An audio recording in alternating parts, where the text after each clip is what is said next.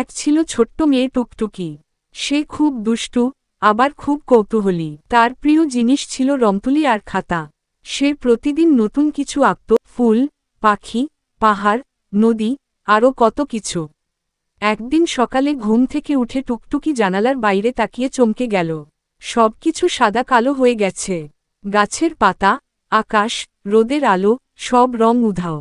পাখিরা কাঁদছে, ফুলগুলো মাথা নিচু করে বসে আছে। টুকটুকি বলল, এটা কি হলো? আমাদের শহরের সব রং কোথায় গেল? তার রংতুলি তুলে সে আঁকতে শুরু করল, একটা রঙিন সূর্য, লাল হলুদ ফুল, নীল আকাশ। কিন্তু খাতায় আঁকা রঙও কিছুক্ষণ পর সাদায় বদলে গেল।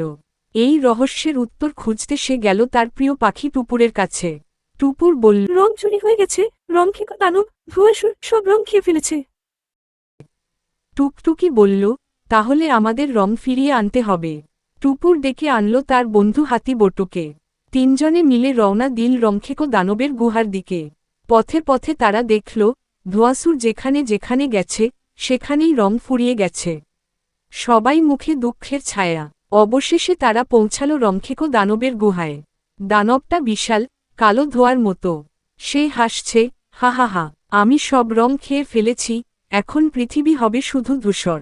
টুকটুকি ভয় পায়নি। সে রংতুলি তুলে বলল, তুমি যতই রং খাও, আমি আবার রং নিয়ে আসব। কারণ রং লুকিয়ে থাকে ভালোবাসায়, হাসিতে, বন্ধুত্বে। তার আঁকা হাসিমুখ, বন্ধুর ছবি আর রঙিন গল্পগুলো একসাথে মিলে এক আলো ছড়াল, যা ধোঁয়াসুরকে মেরে ফেলে এবং ধোঁয়াসুরকে মাটিতে ফেলে দেয়।